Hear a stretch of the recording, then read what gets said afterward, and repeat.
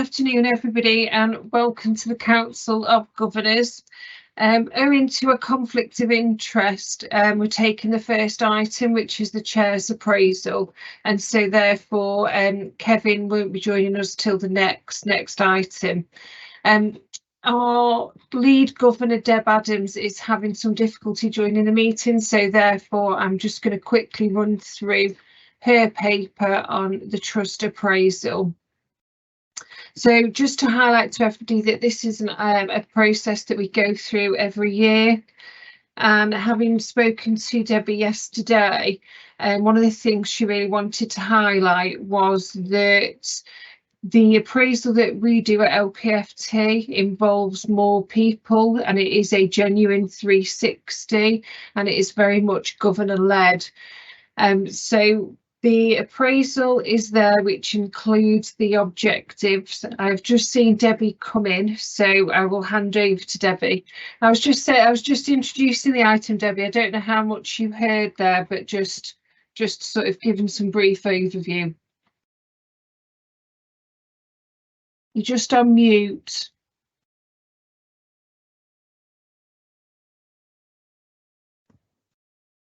Hello, is that clear?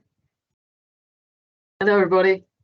Hi, Debbie, we can hear you. Thank you. Oh, good, thank you. Apologies for the delay in joining you. Just had one or two technical problems, but glad to be able to speak to this item now.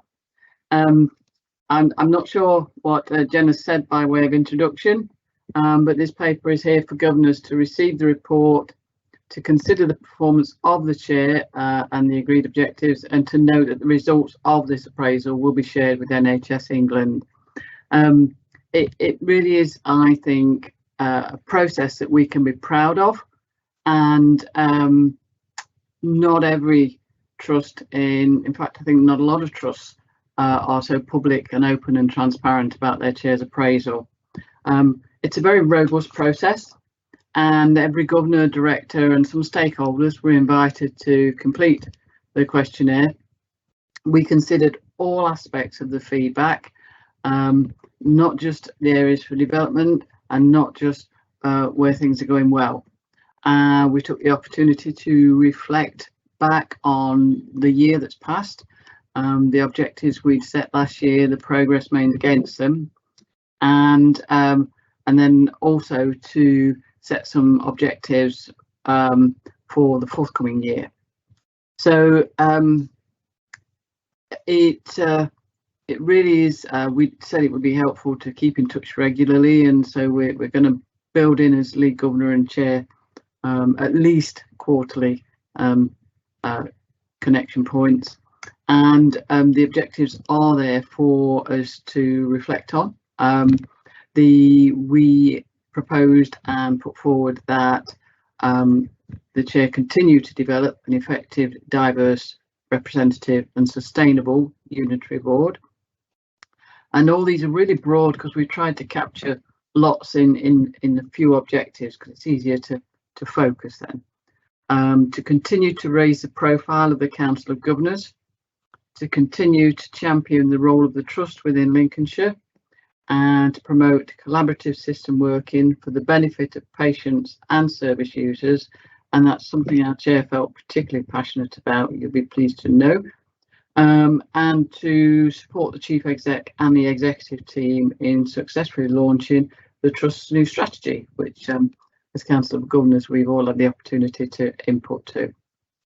Now I can't see on the screen whether Sharon is with us for this meeting, but if you are, Sharon, is there anything you want to add to that? Debbie, sorry, it's Karen speaking. Just to let you know that Sharon has now officially left the Trust, so she's not in the meeting. So okay, well, it was extremely useful to be able to do this with Sharon, and I'd like to note my thanks to her for her assistance with this. So the Council of Governors is asked to receive this report on the Trust Chair's appraisal, noting the levels of performance and the objectives set for the forthcoming year, and that we will now share this with NHS England in line with the framework for NHS provider chairs. Hopefully governors are assured of the robustness of this process, and like myself, are pleased and welcome the transparency and the opportunity we've all had to input to it. Happy to take any points, but I might need some help because I'm not sure I can see if people have got hands up.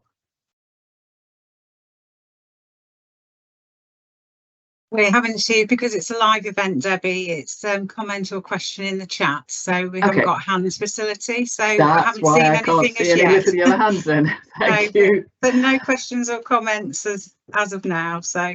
Lovely. Well, thank you very much to all governors for your input to that. I would just mention, I know that one or two governors struggled with contributing to it because they felt they were either a fairly new governor or perhaps didn't have enough information to be able to input to it. So please do look out for next year's and contribute to that one. Now, Karen, I understand that Kevin quite rightly stayed out of the meeting while we dealt with that item. Would you like to invite him in, please, so that he can take over chairing the meeting? I will, Debbie. Thank you. Thank you.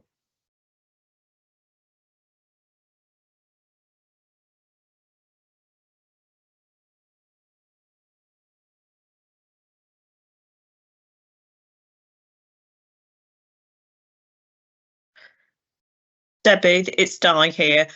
Hello, Di. Karen's doing that. I can just see we've got a question from Bex asking how many governors replied to the opportunity, the survey opportunity to provide feedback. I don't know whether you know that. I don't off the top of my head. I'm quite happy to extract that information from the data that we looked at, and let governors know that. Okay. Thanks for the question, Bex.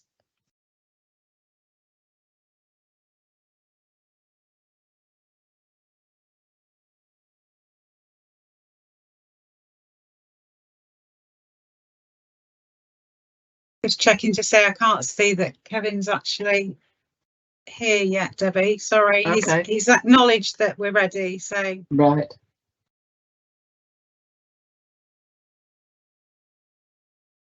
Hello, Kevin. Hi, Debbie. How are you? Thank you very much. We've just concluded the item about your appraisal, Kevin, and I'm very pleased to hand over the meeting to your skillful chairing, please. Thank you, Debbie. Afternoon, everybody. I think we now go on to the routine business for this afternoon. Have we got any apologies for absence other than those which have been noted in advance? Unless anybody shouts, I assume not. Any declarations of interest other than those, again, pre-registered? All of the non-executive directors, I should say, of the trust have a potential interest in items 4.3, 4.4 and 4.5.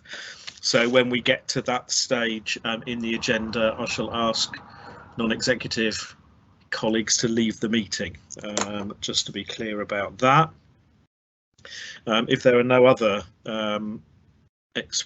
any other declarations of interest, we'll move on then to the minutes of the last meeting of the Council of Governors on the 11th of May and matters arising from that. So 2 questions. Do colleagues have any comments on the minutes in terms of accuracy, or any other matters arising that they would like to mention? If the answer to that is no, I'd be really grateful if colleagues could indicate whether or not they are content for me to sign those minutes as an accurate record of our meeting.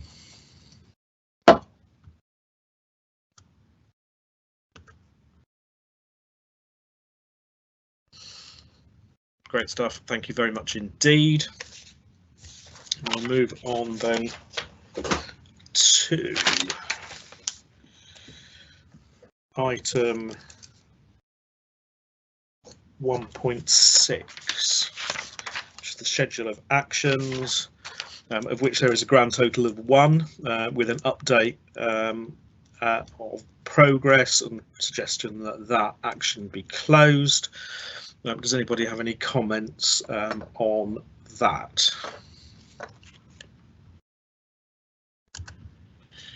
I don't see any, so I will move on, if colleagues are content, to item 1.7, which is the minutes of the meeting of the Board of Directors, which was held on the 25th of May. Those minutes are on the Trust website. I haven't been notified of any questions that colleagues want to ask about those minutes, but I'll give you a couple of moments. If any questions have occurred to you late in the day, as it were, I will do my best to answer them.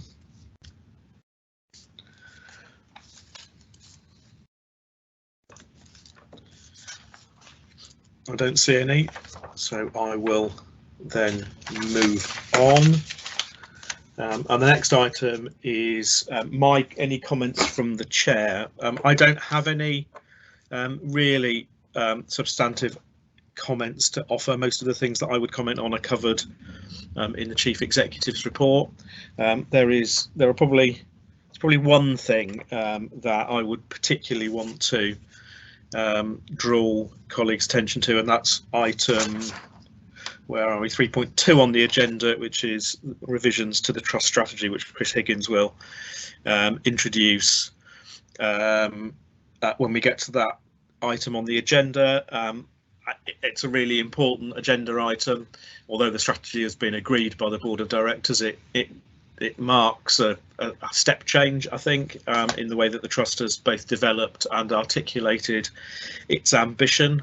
So I hope when we get to that, that governors will be able to lend the strategy their full support, and governors have been involved in developing it and getting it to this stage, which is, you know, one of the important aspects of being a foundation trust, and we're lucky in being the only foundation trust in Lincolnshire, and being able to add to our kind of strategic thinking all the value that governors bring to that process and more generally. So I'm really pleased that we've got to where we have with the strategy. So I'm going to move on if colleagues are happy. The next item is the external audit report. Mark, I wonder if you would be able to speak to the role of both the role of external audit and your report. You're new to the Trust, as it were, and you'll be new to governors. So over to you, please.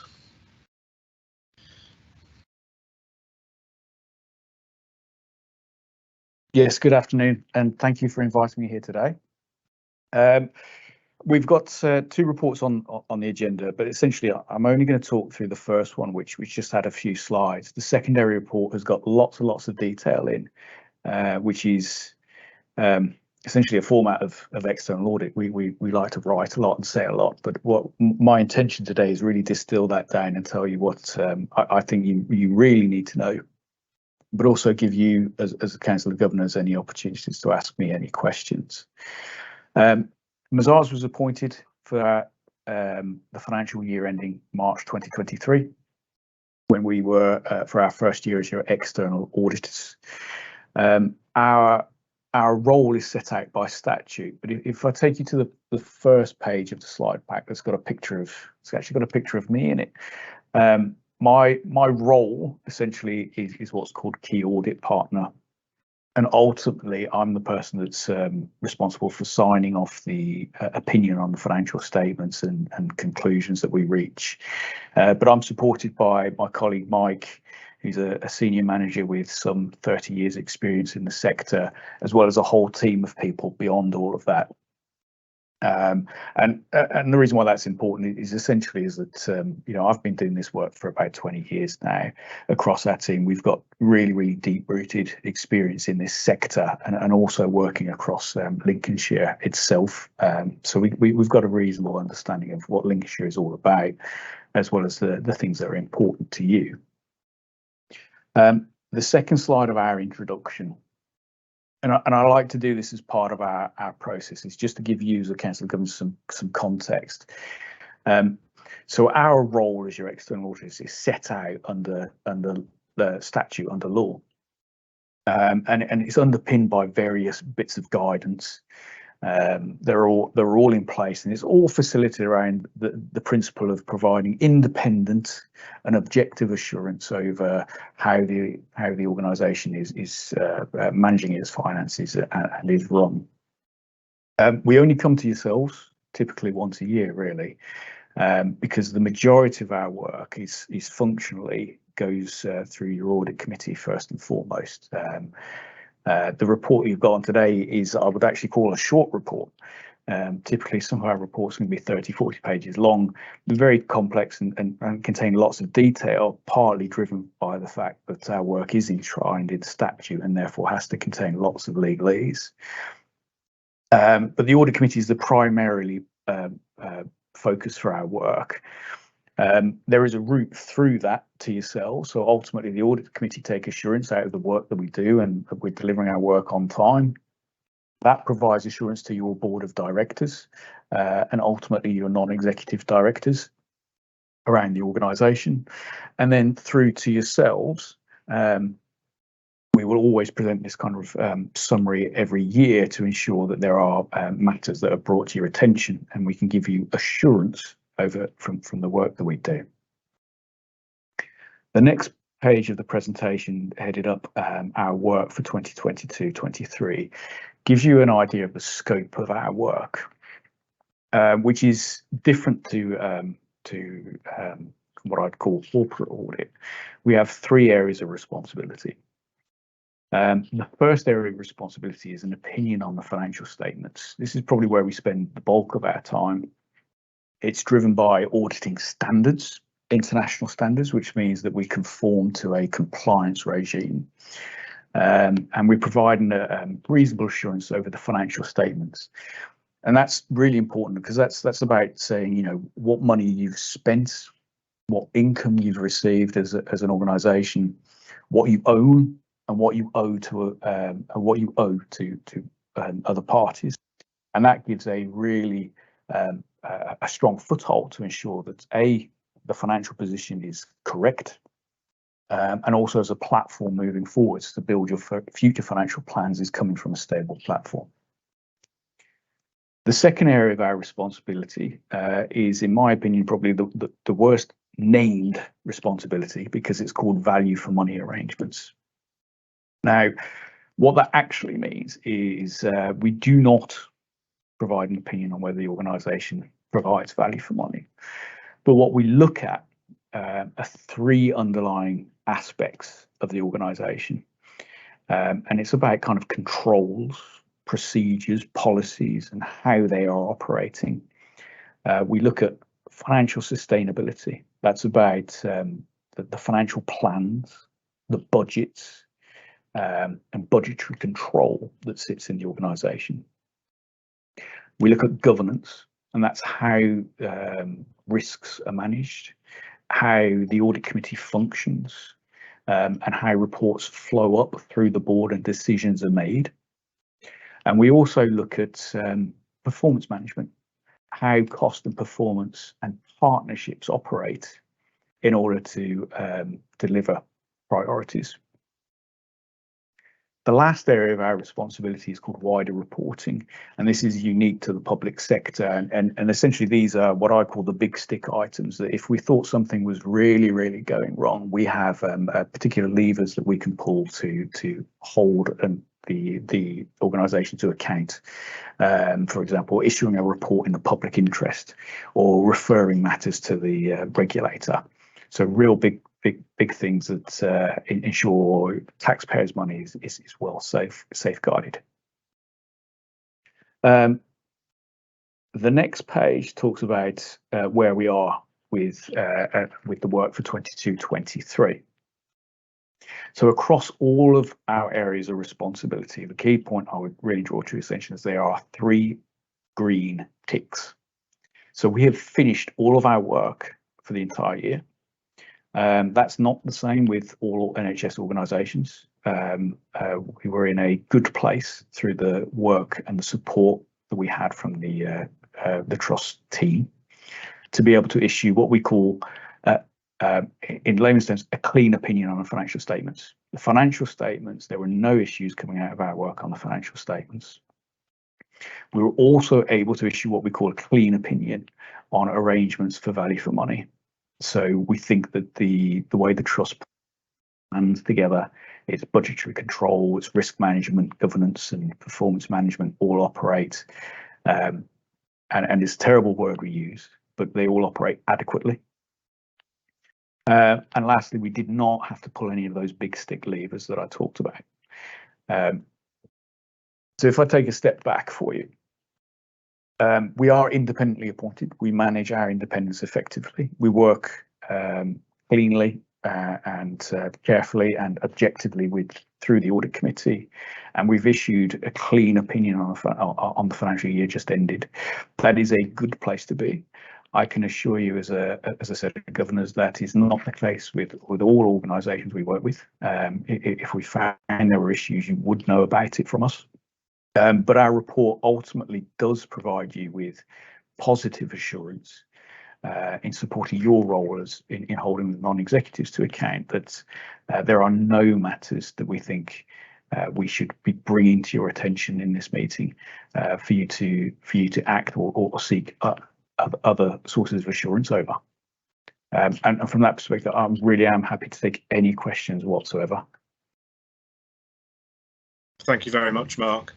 And your final comments there, I think, are the most important, aren't they? That what you're saying to governors is that, in your judgment, the systems of control and assurance that the Trust operates through non-executive directors are sufficient to provide governors with assurance that that we're doing things broadly right. That is absolutely correct, and I have a terrible adjective that I use, and I never use anything better than adequate. But yes, that is the sentiment that governors need to take. Yes. Yeah. No, I understand. I dialed down my expectations around external auditors' language a long time ago, but I understand exactly where you're coming from. I've got a comment, Ian. Yeah, thank you, Chair, and thanks, Mark. I thought it was a very helpful presentation. It was just the fact you mentioned the audit committee a few times in passing there. I thought I ought to comment as chair, and it's really just to echo what's been said. Really, this is if I used a slightly different language, this is a good news story for us. I think it demonstrates a number of strengths for the Trust. That's not to say we're going to be complacent going forward, but I think it is a good news story. And I just wanted to echo that point about the work of the audit committee around these sort of last few months has been closely tied to the work of external audit. But that's all I want to say. Thank you. Thanks, Ian. Any other questions, either for Mark or for Ian as chair of the audit committee?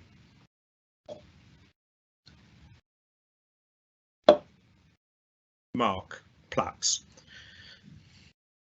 Hi, thanks, Chair. Apologies, quite a few marks on this one. So good afternoon, everyone. Mark Platts, Director of Finance, Digital and Estates. I just wanted to mention to governors, I know over previous years we've talked about a set of our accounts that are in an easy read format to help governors understand our financial position and understand what Mark's kind of led on from an external audit perspective. Just to let everyone know, that will be ready for our annual public meeting. So we'll be sending those out to governors as part of that session when we can do. So that will include a bit more of a guide around external audit and how Mark's worked with us to sort of present where we are today. So just wanted to make that note, because I know it's come up a couple of years. So thank you. Thanks, Mark. And other Mark, I think you were very helpful in explaining that there is language that you use in your opinion about the trust that you have to use because it's mandated by statute, and however much we might be irked by it as lay people, it's language that you're obliged to use. And I think, if I may say so, you did an adequate job of explaining those to lay colleagues. So I'm grateful for that. Good. Thank you very much, Mark. Thank you for joining us this afternoon, and thank you for talking us through that. No problem. Thank you ever so much. If we may then, we will move on to item 2.1, which is the highlights and exception report from meeting of the Standards Committee on the 12th of July. Thank you, Girish. You were kind enough to warn me that you'd be leaving early and you're going to do something important. So please, no need to apologise. The report effectively focuses mainly on the decision around the appointment of a Deputy Lead Governor, and that is, I think, picked up at 4.2 on the agenda, so I won't dwell on that now, but happy to take any questions or comments on that item before we move on.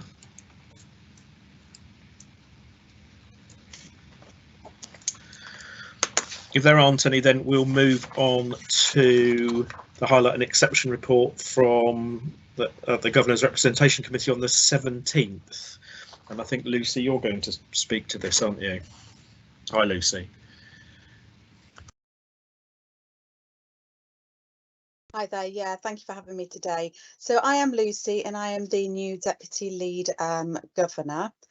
So very glad to be in post, and this is my first time presenting to the Council of Governors today. So thank you for having me.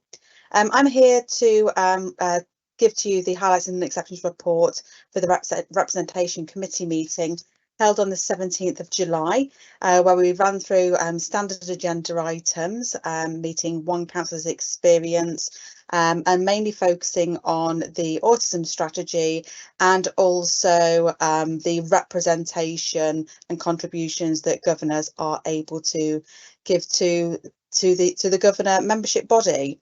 And I'm here today to ask you to receive that report.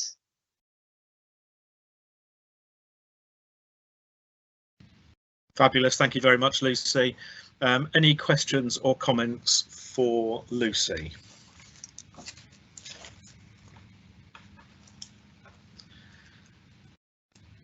Well, I don't see any. Thank you very much, Lucy. We'll move on then. We'll move on, and welcome to your first meeting as Deputy Lead Governor. It was remiss of me not to say that before I introduced you. Thank you. We'll move on to item 2.3, which is the highlights and exceptions report from the Nominations and Remunerations Committee meeting on the 24th of July. Debbie. Hello, yes, thank you. There were three main items for consideration at this meeting. One was the Trust Chair Annual Appraisal, which we've covered, and the second was the appointment of the Deputy Chair and Senior Independent Non-Executive Director. I'd like to, perhaps Kevin as our chair will do this, but I would also like to record our thanks to Sharon for her work with the Trust. And the non-executive director recruitment as well. So there is a robust process for the non-executive director recruitment, and we're just finalising timescales. The advert is out, and governors will get some more information in due course about the assessment centre, as some of you will have the opportunity to contribute to that process. I don't think there's anything else I need to add to that, but if I've missed anything, please do say. Thanks, Debbie. And we get colleagues have an opportunity for a substantive discussion, if necessary, on the non-exec director recruitment process at item 4.3 in a little bit. So If you can keep your powder dry until then, if you've got any comments, that would be fab. If any other questions or comments for Debbie? I don't see any then, so Samantha, we'll move on to Samantha for the Governor's Activity Report and then the iLog. Samantha. Hello everybody, hiya. So my name's Sam Swindell, I'm the Governor Membership Officer. This is your Governor Activities Report, which is running from the 27th of April to the 3rd of August this year. The Governor's Activity Report includes everything other than the main meeting, so the Governors don't just attend the main meetings, they do a lot of other things as well. And this report really does show that they are actually attending a lot of different things, and there is quite a few things in terms of site visits for Peter Hodgkinson centres, at the Building Together focus groups for engagement, their usual social cuppa by the cooler, staff recruitment workshops, etc. And it's all included there in terms of what they're doing, and there is some feedback on those points as well.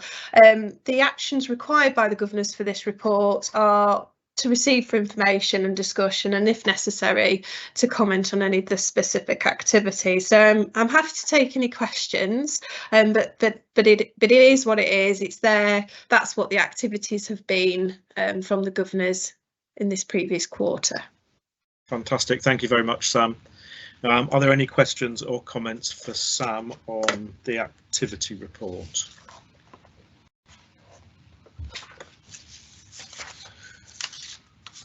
I don't see any, Sam, so should we move on then to the iLog report? Yes, please. Yes. So the iLog report is in the same time frame in terms of what we're reporting on. There's two outstanding ones on there, but the one for involvement, we've actually met this week with one of our staff governors that raised the iLog and our involvement team to work collaboratively to pull together instances where we may be duplicating effort, but also to just work a little bit closely. So that was really handy iLog that came in there.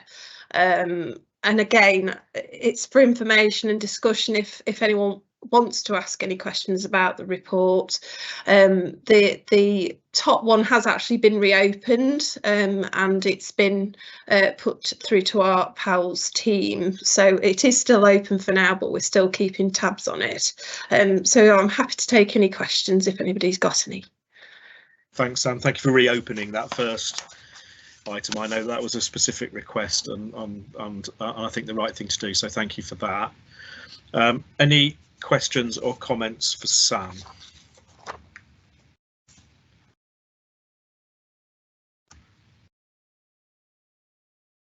I don't see any, Sam, so thank you very much for presenting that.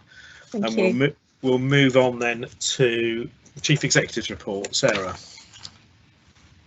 Afternoon everybody, I'm Sarah Connery, I'm Chief Executive here at the Trust. So in my usual way, I will assume the paper is read, but we'd just like to bring a few items to the Council's attention.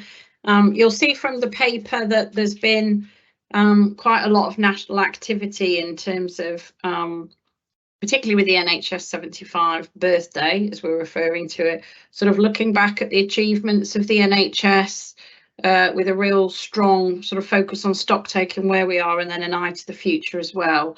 And that's sort of encompassed through the Hewitt review on integrated care systems. Finally, we've now got a long-term workforce plan that we've been eagerly awaiting in terms of supporting our workforce pipelines going forward, and quite timely, I think, in terms of, as we've already talked about, a lot of the work that we've been doing on our own trust strategy review, which is coming up in the next item. So again, just want to say a big thank you to everybody who's been involved in that piece of work. The paper also talks about our new wards being opened as well. So a real moment to reflect on those achievements, and having a visit from our National Director for Mental Health, Claire Murdoch, was absolutely brilliant. So a big thank you to all of the staff and service users who took part in that, as well as the project team, and Mark Platts as our Director of Finance and Estates for moving that forward. So I just want to rate you know, we've seen in the media in terms of the industrial action, and Girish has had to go on another planning meeting in terms of the industrial strike for junior doctors, which is taking place tomorrow.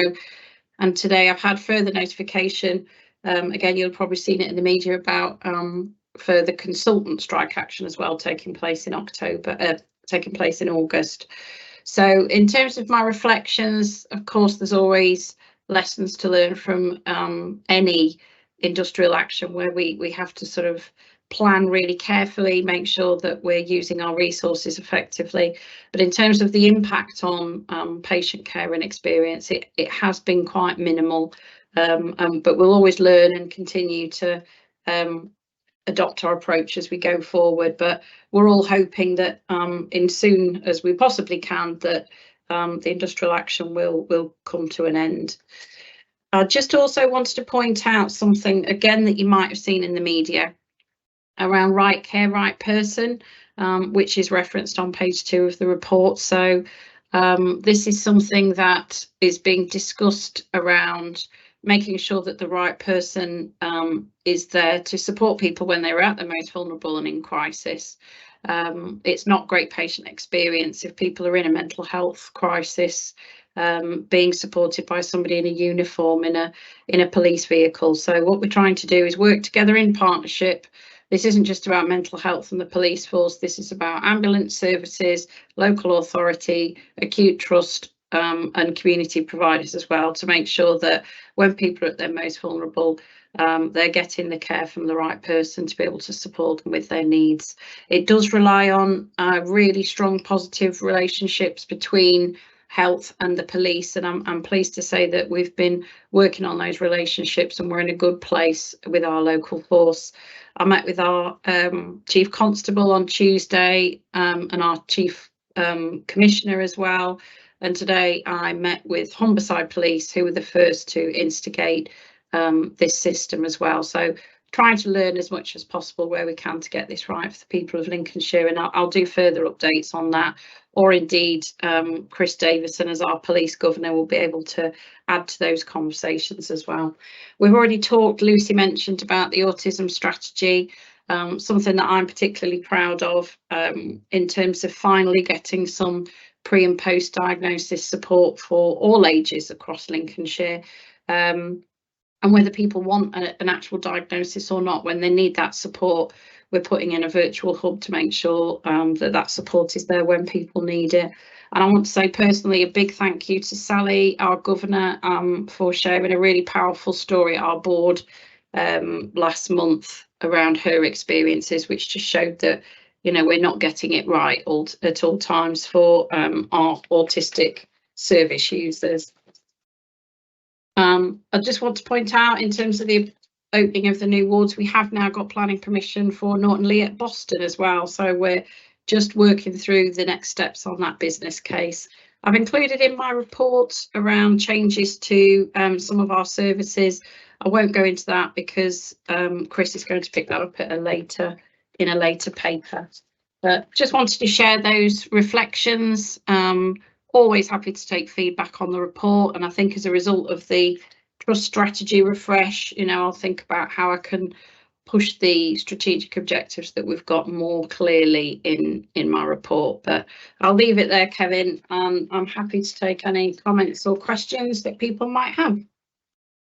Thank you very much, Sarah, and thank you for a characteristically comprehensive whistle stop tour around the trust. And just to add to what you said, the importance of the new accommodation in Lincoln, and the reaching the milestone of planning permission for Norton Lee are both really significant achievements, and I'm sure that governors will want to join me in acknowledging particularly the work that Mark Platts and his team have done to get us to where we currently are, which has been absolutely outstanding. So thank you for that. Any questions or comments then for Sarah?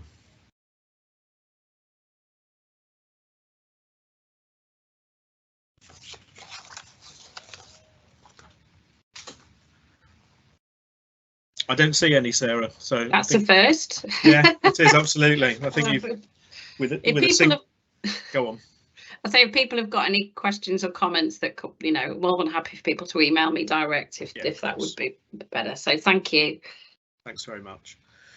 Let's move on then to item 3.2, which is the trust strategy. Chris. Thank you, Chair. Afternoon, everybody. Chris Higgins, Director of Operations. Nice to see you all. Just really pleased to be able to present this item. I know I'm presenting it, but it's everybody's work, including the Council of Governors and all members of the board. So I'm really pleased to be presenting it on two fronts. One is the content of the strategy, and hopefully as you've read through that, you can see the work that we've done together reflected back in the final content. I'm also really proud of the way that we've approached the strategy in line with our values of collaboration and valuing everybody, and you can see the extent of the engagement activity that we've undertaken on the second page of the paper there.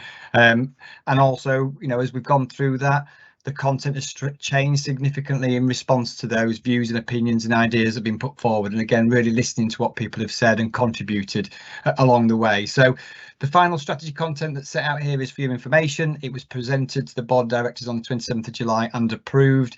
As we spoke about before, the strategy development of the trust strategy is the business of the board of directors, but it's important that we do that in collaboration with the Council of Governors and or other stakeholders, which I feel that we've done, and that's reflected in the paper today.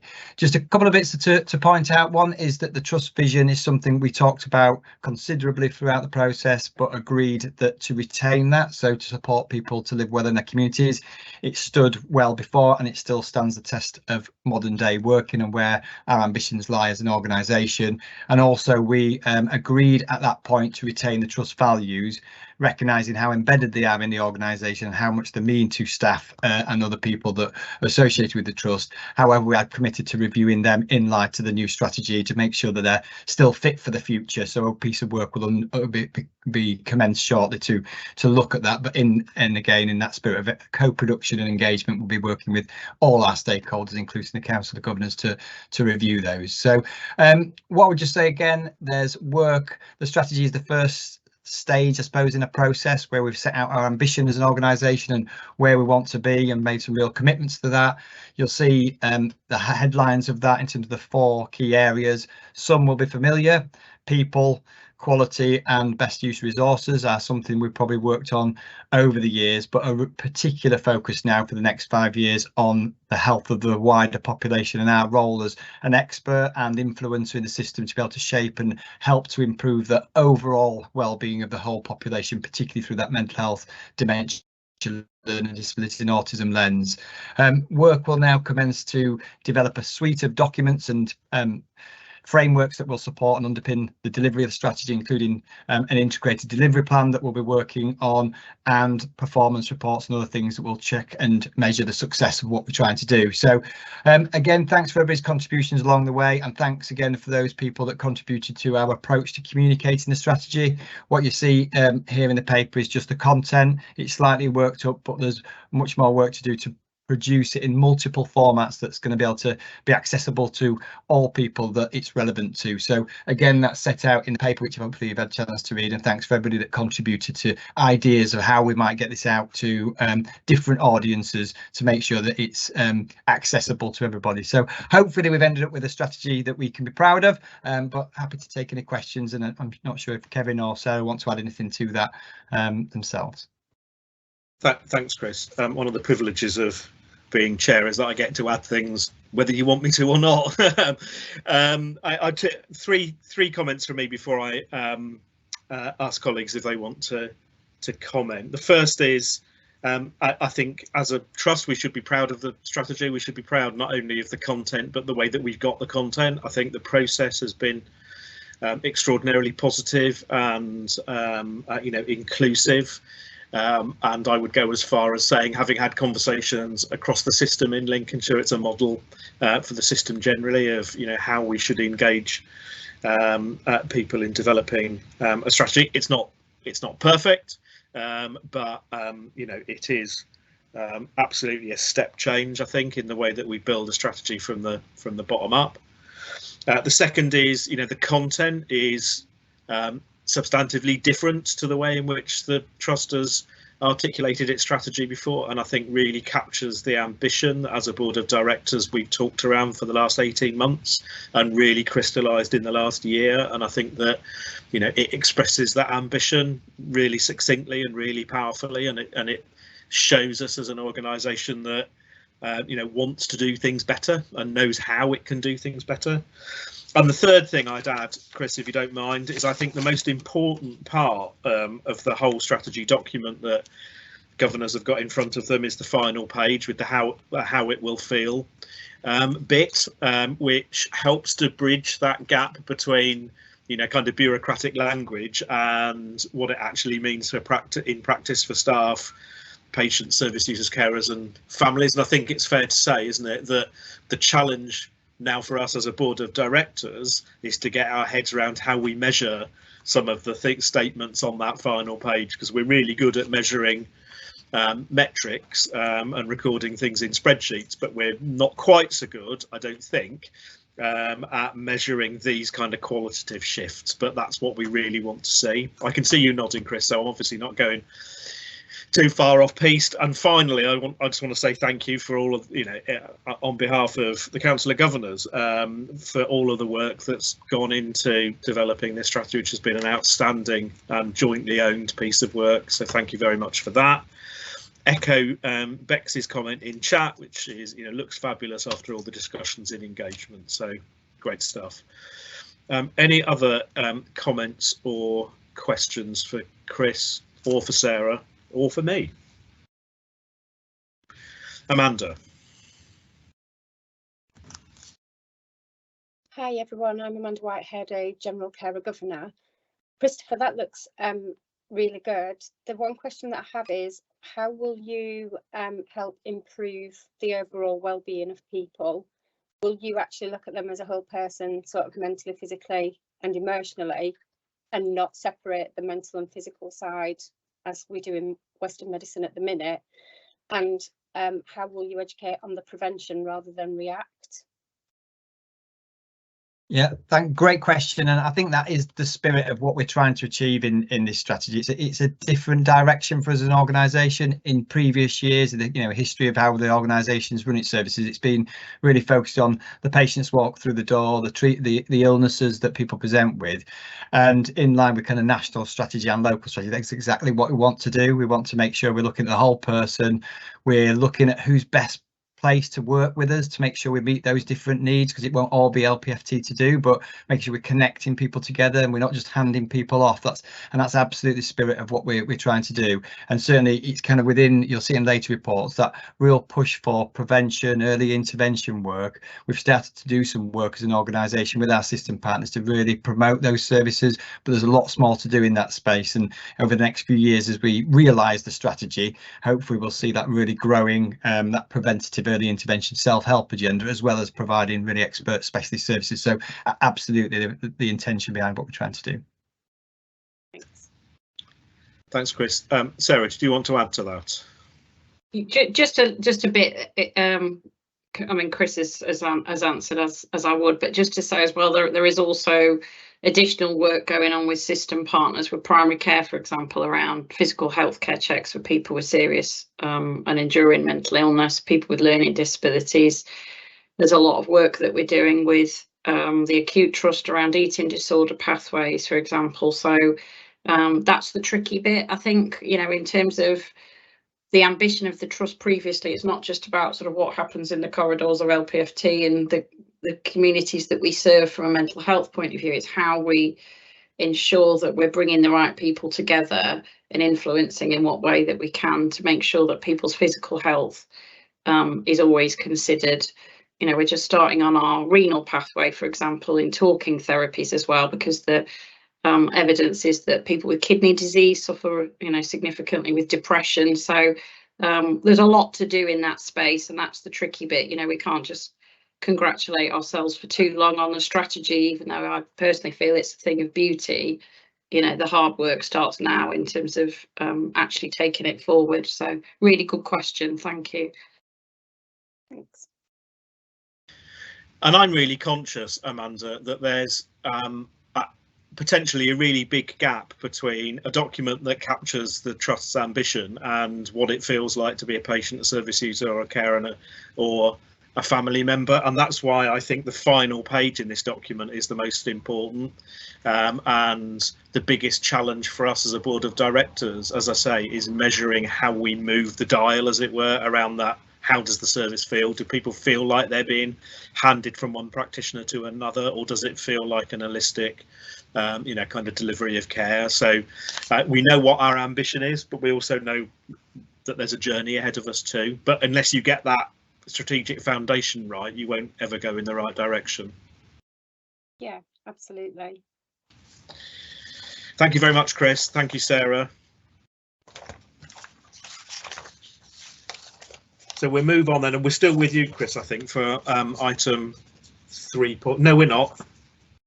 I'm losing track of where we are now. No, we're not still with you, Chris. We're on item 3.3, which is the performance assurance report, which Di, I think, slightly in advance of a later item on the agenda, but in the absence of a deputy chair, you're going to talk us through the performance assurance report.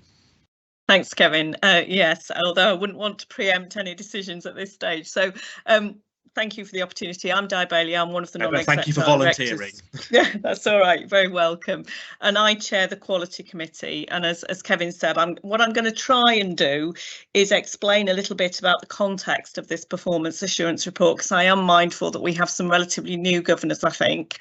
And it's always helpful to just rehearse, I think, the general context of the report before I go into the section that I would speak to anyway as the non-exec with responsibility for quality. So I'm hoping that I'll introduce it more broadly and then bring it to life a little bit in the quality section before handing over to my other NED colleagues to talk about their sections.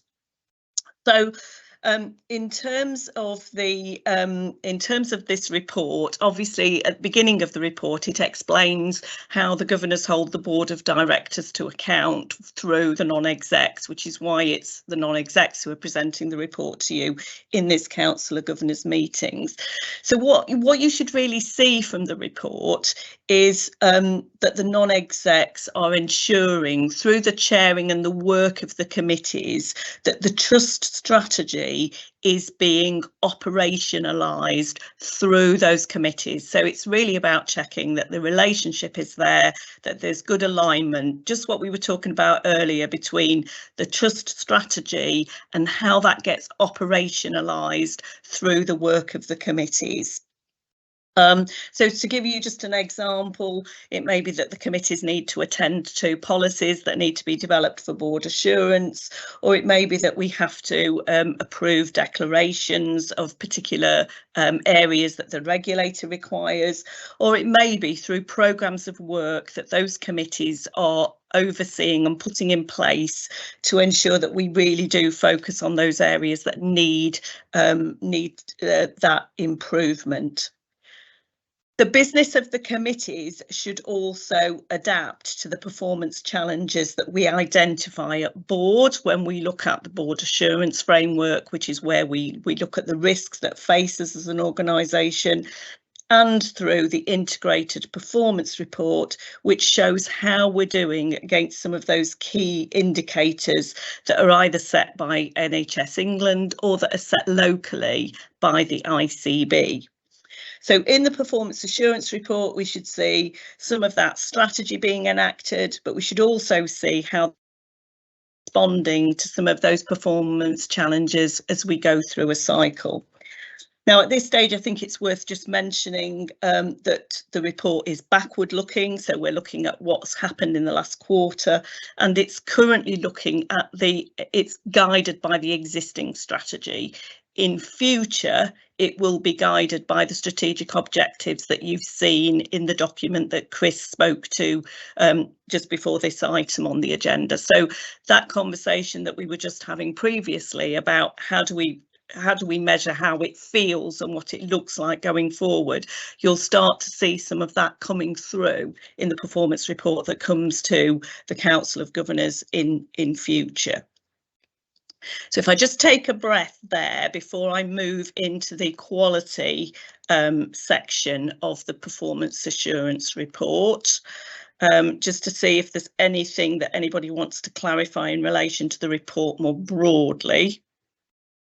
And I can't see anything, Kevin, so I'm going to go into the quality section. Okay. So here you can see that we've embarked upon a particular area of work around quality improvement in relation to 5 particular priorities, and that in the May meeting we were talking about the priority of carers' involvement. You can see that we received a number of annual reports from the subcommittees that report into Quality Committee. And again, what we're very mindful of is that we're seeing a lot of activity reporting. What we really want to get more of a handle on is the impact that that activity is having on patient care and experience particularly. So that is something that we're really focusing on in terms of the committee going forward. At every quality committee, we receive reports from the Director of Nursing and the Medical Director, and that's really helpful in terms of helping us to understand the external context of the work that we're doing within the Trust, but it also helps us to have a conversation about some of the workforce challenges, for example, that we're having is impacting on the quality of care of patients, or what is being put in place to mitigate some of that risk. And then in the last meeting, which is recorded here, is we were approving some documents that were then going forward to board for approval. So the Trust safeguarding documentation, which we have to have on the website, and also some work in relation to the patient safety partner declaration, which is how we are responding to the NHS patient safety strategy. So those were things that as an organisation we were required to have, and it was the responsibility of the Quality Committee to make sure that we had them, that they were of the right standard and quality, and that they were where they needed to be in order to go forward to board for approval. So I'll pause there just before I hand over to Tim, who I think is going to speak to the sustainability section of the report and also the people section of the report, just in case there's any questions or comments for me about the quality section. Right, I can't see anything, Tim, so over to you. Thanks, Di. So Tim Harry, Non-Exec Director. So on this first bit, I wanted to highlight on behalf of the Chair, Chris, 3 main takeaways from the Sustainability Committee. The first one is we continue to get really good assurance from Mark Platts and the team around the Trust financial performance. And you heard earlier in the external audit that that has also given us further assurance around that. I think it's worthwhile mentioning 2 areas of what I call interest, which are one, the overall mental health investment standard, which is a defined amount of money to be spent on mental health across the county, and it's consistently been underspent, primarily in the non-trust areas. So really it's about how we can influence as a trust in the integrated system to help spend, to bring it all up to speed. The other area just wanted to mention was how we address the longer term sustainability of the underlying cost case. Now what I mean by that is we have a relatively large number of vacancies, and if we actually were able to fill all of those vacancies right now with the level of income that we actually have, we wouldn't have enough income to cover that. Now, in reality, you always have a certain level of vacancies, but there's a number of work streams that have been commissioned or underway to look at how we can bring that all together. So that includes things like capacity, demand, service reprovision, new ways of working, etc. And over the coming months, that will start to give us probably a better picture of what the true vacancy level actually is and how we can have a sustained cost base. The other two quick things to mention is the reopening of the PQ, the psychiatric intensive care unit, which is planned to be reopened in the autumn. And we heard about good progress in that. The thing we need to keep an eye on is around the recruitment to cover all the posts for that over the coming months, because we need to have some additional people in post to have the sufficient level of assurance and confidence to be able to reopen it at the time that we are planning. The final point is around the business case that we received at the committee, which was subsequently agreed at board, and that's around the development of the informatics capability. So this is around digitalization, etc., which is all key around improved ways of working for the trust, and is bang in line with the fact that we've got our new trust strategy, etc., and how we actually are going to deliver that will require development of those services. So that has kicked off. It is a phased approach, which is a good way of mitigating any risk around it, but again, good progress to date. So I think those were the key things on the sustainability, and I'll pause like Di. Any questions? Tim. No, I'm not seeing anything. So do you want to carry on with people? Yeah, thanks, Di. So as you might expect, we continue to have a particular focus on recruitment, and we received a deep dive on the impact and effectiveness of a wide range of interventions. So that is international recruitment, growing our own, overhauling of the recruitment process. And the good news is that the data shows improving numbers. So we're getting ahead. And in fact, I think in the first few months, we've got ahead of the plan and game in terms of we recruited more than we had anticipated. But we have to bear in mind that the recruitment position is impacted by new services that are agreed. So we've had a number of new services agreed, which is great news in itself, but it does impact because there are then additional posts that are in place and need to be recruited. But basically, I think it is good news that the interventions do seem to be working. But we did gain assurance again that the interventions will be closely monitored, because we may need to fluctuate those and vary what we actually apply. Kind of following on from that, we also heard about this is a work in progress, so we haven't got the final outcome of it, but there's a feeling of well, what's the actual impact around the vacancies, and particularly in those areas where there's a relatively high vacancy level, because it doesn't always feel that it's an unmanageable position, but we need to validate that. So a piece of work is underway to look at vacancy impact on quality, safety and service delivery. Just to mention the other key people metrics around retention and sickness levels, and we saw an improvement as with recruitment in all those metrics.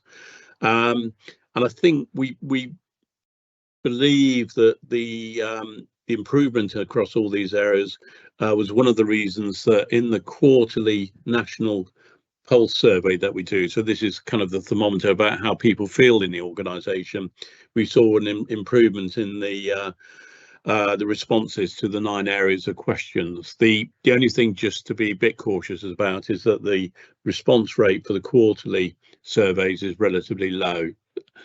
And I think at that I'll stop. Thanks, Tim. I'm not seeing any questions or comments. So, Ian, the floor is yours for Audit Committee. Thank you, Di. Yeah, Ian Orrell, Chair of the Audit Committee. Yes, in terms of issues, it's been quite a busy period for the Audit Committee. This time of year always is. covered, as I've said in the report, a range of issues to do with governance and counter fraud, internal audit, and the freedom to speak up guardian being a selection of them. Over the period, we've also had a lot of time spent with the external auditor, as was mentioned earlier in the agenda, and as part of that, we clearly got a strong assessment from external audit. I do say in the paper as well that during this time as well, we've had the annual opinion from the head of internal audit, and that opinion was, to use their language, they gave us a partial assurance with some improvement required. That's tier below what we've had previously, so that wasn't as strong. But let me just add a few points to that by way of context. First of all, I would say that their opinion, and the internal auditor does actually say this in their report, it's based upon the work they undertake, and it's a relatively small area of our business, important areas, but nevertheless it's not a major area. And if it had been a major area, it had been a major problem, I think the assessment you've heard from the external auditor would have been very different. So that's not to sound complacent on it, but we do need to bear that in mind. And the other thing is, I think we've developed over the past couple of years a deliberate strategy to focus internal audits on areas where we feel there is some value, and therefore there may well be some risk. And if you do that, you will sometimes get responses that can be critical, and you need to respond to them. And that's what's happened on a couple of occasions this year. And also in terms of that, we've had issues of responding, and perhaps not responding to some of the recommendations quite as strongly as we would want. So we know we've got more work to do there, and that is effectively providing an agenda for us in future, and we're already working towards that. And as part of that, I would also add that we've got new internal auditors this year, and they are very much part of that agenda that we're looking to adopt. So, as I said earlier, no room for complacency, but at the same time, we're very clear on the direction we want to go in, and we're confident that we can move that assessment back up to where it was this year. That's probably about as much as I'd want to say, Di. So unless there are any questions, I'll hand back to you. Thanks, Ian. I'm not seeing anything in the chat. So I think, Kevin, the last word is yours. Thanks, Di. Thank you very much for taking us through all of that. There's an awful lot of content there, and my final comments are just to refocus, I think, on a bit on what the purpose of this report is. So the Council of Governors' role is to hold the non-executive directors to account for their role in providing assurance around the performance of the trust. So what Di and colleagues have tried to do is walk you through that assurance activity, and by doing so, assure governors that putting it in kind of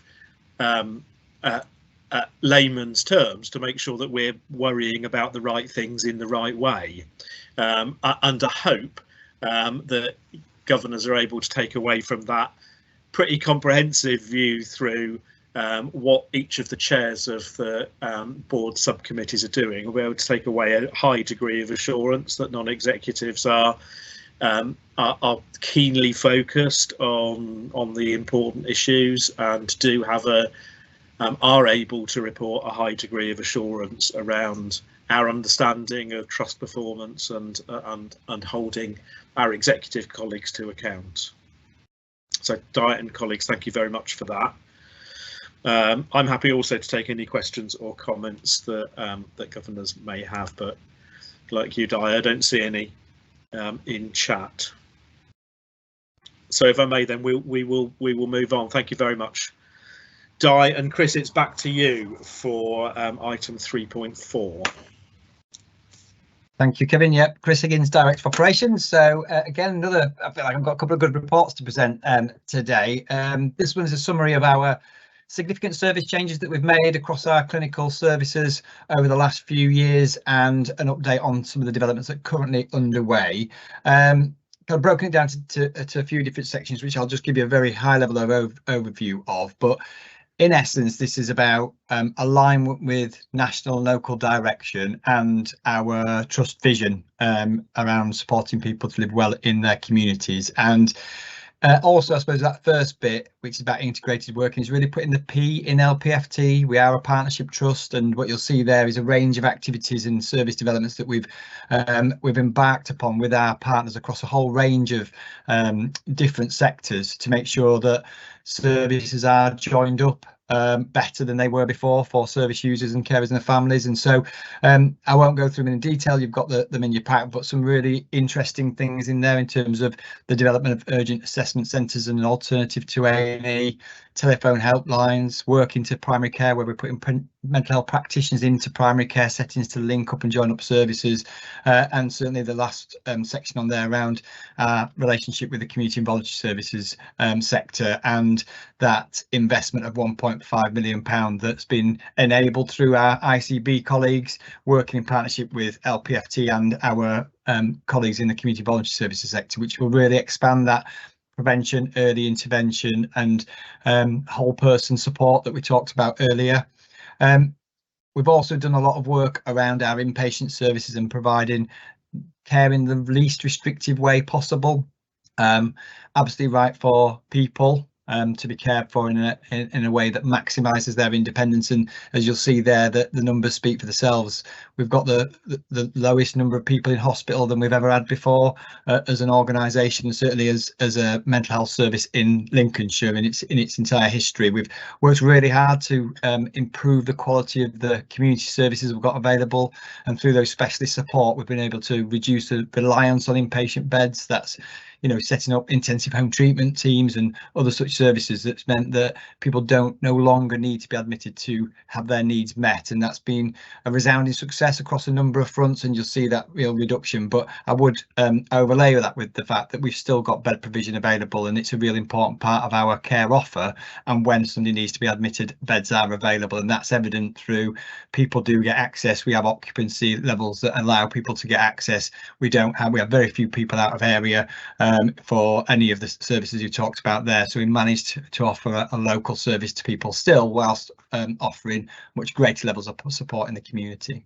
There's also ongoing service programs and some large-scale transformation programs that are listed out there that are primarily focused on joining up services across the community and building capacity in communities to support that early intervention, self-care agenda and that whole person approach, again in line with supporting people to live well in the communities. And some of those are in different, well, they're all in different stages of development. The top one on there, the adult and older adult community mental health transformation, has been underway for a number of years and has seen some real progress. That's where we saw the investment through that programme, saw the investment in the community and voluntary services sector and that 1.5 million, but it's quite far-ranging.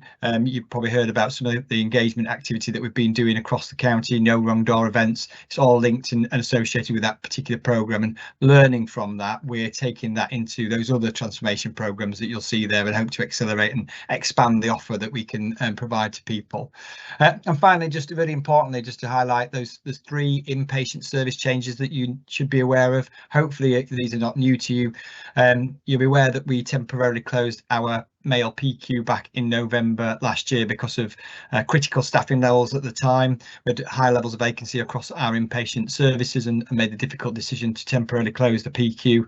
We've been working really hard over the last 8-10 months with our stakeholders, patients, staff and others to really understand the conditions that will be required to reopen that unit in a safe way, and also really driving our recruitment activity. And you may have seen posters on the back of buses and banners in streets where we're really ramping up our recruitment activity, and I'm pleased to say that we remain on track to reopen that unit in a phased way with 4 beds in November, which will accommodate for the current number of people placed out of area, but then look for a full reopening in March next year. But the intention is we bring a position statement on that to our board of directors meeting in September, just to get that formal go, don't go. But at the minute, everything looks like it's heading in the right direction. The other one there is Ashley House, really great piece of work, something for us to be proud of here. We temporarily closed Ashley House in the height of the pandemic because of staffing pressures, and we were trying to support as many people out of hospital so they could isolate at home and away from the exposure of COVID. Through that work, we expanded our community rehab team, and that proved to be really successful. We enabled us to support the people that were previously supported in Ashley House in a community setting, in their own homes, in their own communities, with the people that are around them that love and support them. And that's been really well received from both service users and staff and other stakeholders that see the real benefit of that. And through a comprehensive process of engagement and through a formal consultation process agreed with the Health Scrutiny Committee, we've worked closely with our ICB colleagues, the Integrated Care Board, to formulate a plan and service that's really going to meet the needs of the population. And pleased to say that's all been approved by our board of directors at the end of June and endorsed by the Health Scrutiny Committee of Lincolnshire in July. And so we're now in the process of mobilising that expanded community rehab team, which really offers some great opportunities for people in and out of hospital environment. So more to see on that one as it develops over the next year. And then finally, just to say, similar to Ashley House, we temporarily closed Manthorpe Ward, one of our dementia wards, back in the height of the pandemic, again because of the pressures of staffing at that time. And we recognise that inpatient environments weren't always the safest from a COVID perspective because of people being unable to isolate in an effective way, particularly as you can understand on a dementia ward where people tend to wander and other things. So we recognised that, we acted promptly, set up at the time extended community services and transform that into a home treatment team for dementia patients and their families.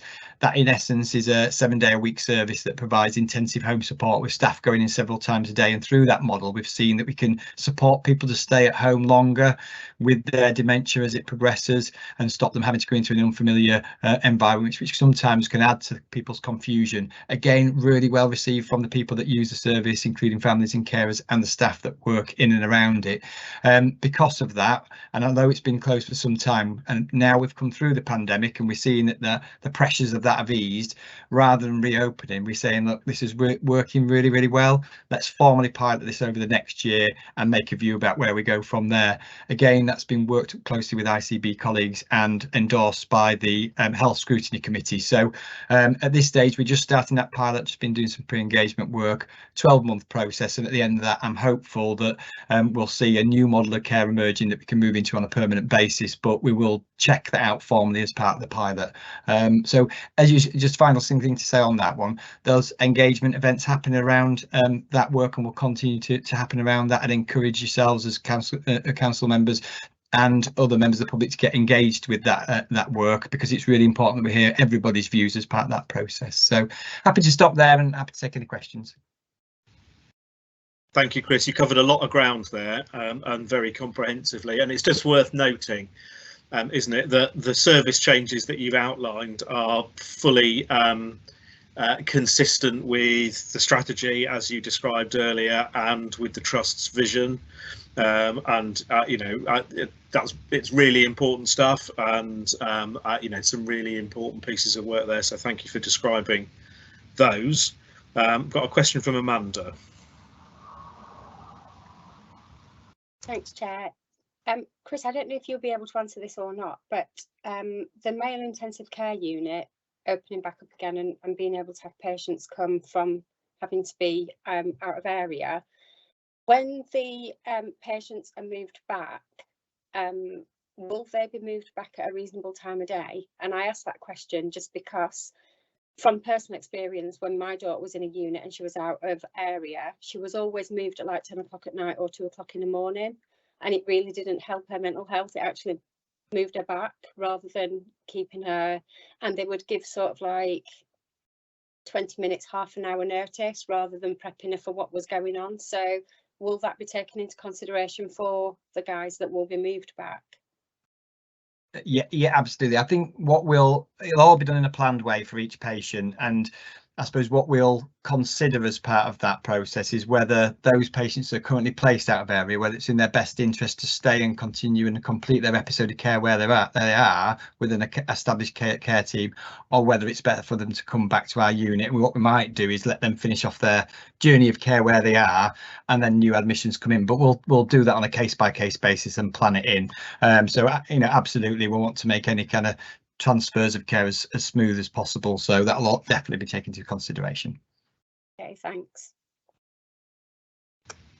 And that goes directly to the heart, doesn't it, Chris, of that final page on the strategy document about how our services feel for patients and service users and their families, because that's something that you don't pick up in a set of quantitative metrics.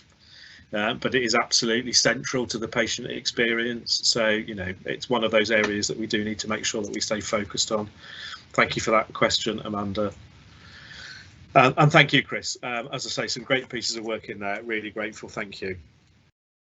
Let's move on then, if I may, to item 4.1. Karen. I'm Karen Scott, I'm the Head of Corporate Governance and pleased to be able to present the results of the Council of Governors annual appraisal. Sound like something from the Eurovision Song Contest, sorry, but first of all, I just want to thank those governors that took part in the appraisal. The Council of Governors, or as a trust, we are required by the Code of Governance to actually complete an annual appraisal for the Council of Governors, so it is really important. We take it very seriously. Just a couple of things to pull out from it. Hopefully the report can be taken as read and is relatively straightforward. Respondents are asked to make responses to a set of positive statements, and those are ranging from strongly disagree to strongly agree. So the higher the percentage result means the better the outcome, the better the score. So this year's score was 82%, which is very marginally higher than the previous year. The report gives some benchmarking data on how this has scored over the last 5 years, and then is broken down in terms of the each of the sets of statements, whether or not they be strongly agree down to strongly disagree.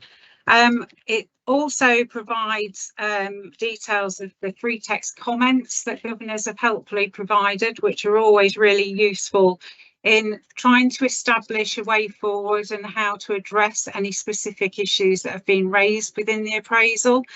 Hopefully I've pulled out in the conclusion some of the ways in which we're now and have been considering, following the results, ways in which we can progress and develop things moving forward, and continue to support and work with the governors in terms of their engagement in their governor roles. Also to say, in the not too distant future, we've got a Governor Development Day coming up. That's on the 25th of September, and it's an opportunity for us to talk in more detail about anything that's coming out of this. But of particular note is that we have now made a conscious decision to revert back to standalone induction process and then standalone induction process for all new governors. Existing governors are welcome to have a refresher on that, but I think it's really important, especially during COVID, when perhaps that wasn't given quite the focus as it might have been prior to COVID. And I think it's really vital that we equip governors at the outset of their journey on their governor role to understand as much as they can about it and support them in moving forward. We can't ask for the engagement if they don't know what they're engaging in and how to do that successfully. So hopefully really positive, and I'm really positive about how we take this forward, but more than happy to answer any questions or comments that governors have got. Thank you, Kevin. Thank you, Karen. There's a couple of comments from Bex in chat, which you might want to take away. Yes, I'm aware there was a couple of times. Thanks, Bex. It was missed. I apologise. So yes, we will address that for the next time round. It's just an incorrect title. Thanks, Karen. Any other questions or comments for Karen?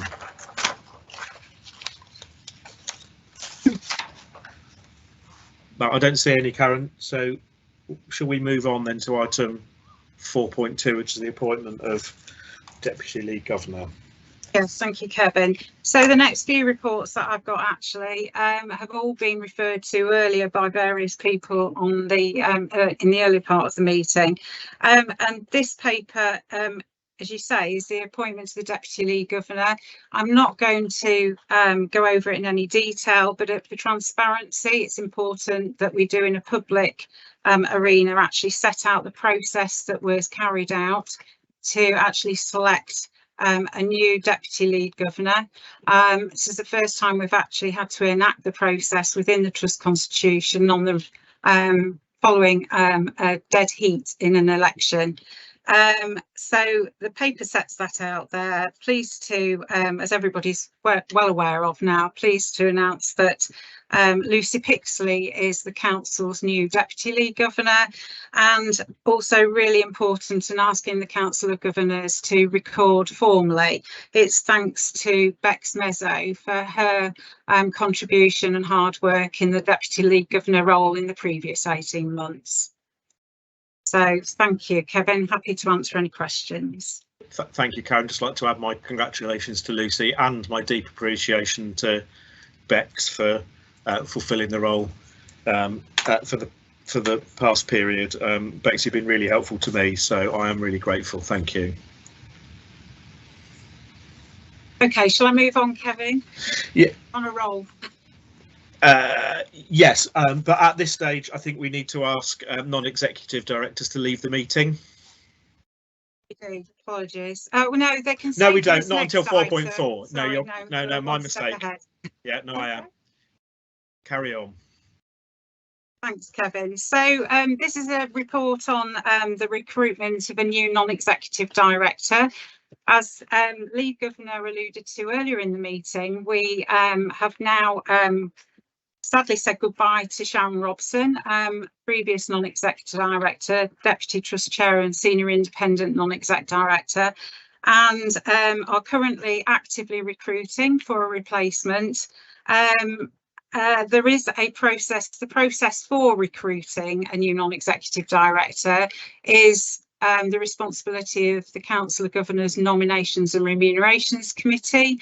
They have met and agreed the way forward, and they're delegated to do that on behalf of the Council. There will be, as Debbie alluded to, an opportunity for all governors to be involved in the part of the recruitment process. We will be carrying out an assessment centre in person with shortlisted candidates, and I will be emailing everybody, governors and directors, to confirm that process, the timescales involved and how they can get involved. So whilst it is the Nominations and Remunerations Committee to actually carry out the interviews and actually make a recommendation to the Council of Governors for appointment, governors will be involved wherever they want to be at that stage. So it's really just for the Council of Governors now to support that committee in carrying out that recruitment, and at an appropriate point in time, which I will confirm, to receive a recommendation to an extraordinary meeting of the Council on a suitable appointment. Thanks, Kevin. Thanks, Karen. So there is actually a decision here for the Council of Governors to make, which is to indicate their support for the recruitment process as described in your paper. Yes. So if colleagues feel able to do that, that would be great. And if you could indicate in chat whether or not you're happy for us to agree to proceed as proposed. That's really helpful. Thank you very much. And now I get to this. If I hadn't got ahead of myself, and now I get to the point where I ask non-executive colleagues, please, to leave the meeting so that we can talk about you in your absence. Thank you very much for your contributions this afternoon.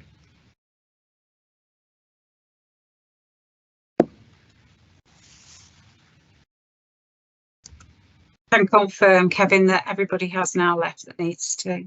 Excellent, good. So I think there are two papers here, and we can conveniently take them together, can't we, Karen? Absolutely, Kevin, thank you. And neatly follow on from the my last report on the non-exec director recruitment.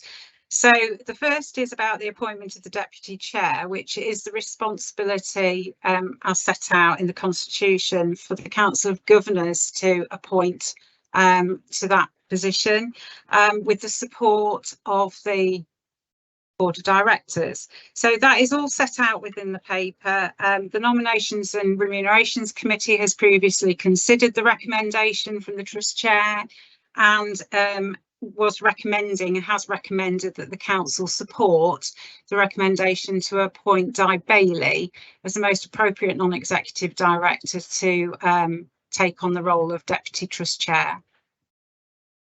And then to go on to the appointment of the Senior Independent Non-Executive Director, at the board's meeting on the 27th of July, in line with its responsibility within the Trust Constitution, the board approved the appointment of Di as a Senior Independent Non-Exec Director, and the Nominations Committee is recommending that the Council add its support to that appointment. So the Council is being asked today to agree that it agrees with the recommendation to appoint Di as the Deputy Trust Chair and supports the recommendation of the Board of Directors to appoint Di as the SINED. Thank you. That sounds very complex, but hopefully straightforward. Yeah, thank you very much, Karen. I'd be grateful if if colleagues were able to indicate in chat whether or not they were content with both of those proposals. Again, I'm very grateful. I see that that support is there, so thank you very much indeed. And that takes us to the end of the agenda. So I haven't been notified of any other business. I don't have any other business to raise of my own. So just leaves it for me then to thank everybody for their attention and their contribution this afternoon, and I will see you at the next meeting, which is on the 16th of November. I'm sure by then, Bex, you'll have got your voice back and you haven't caused any issues at all. So thank you very much, everybody, and see you in November, if not before. Thank you.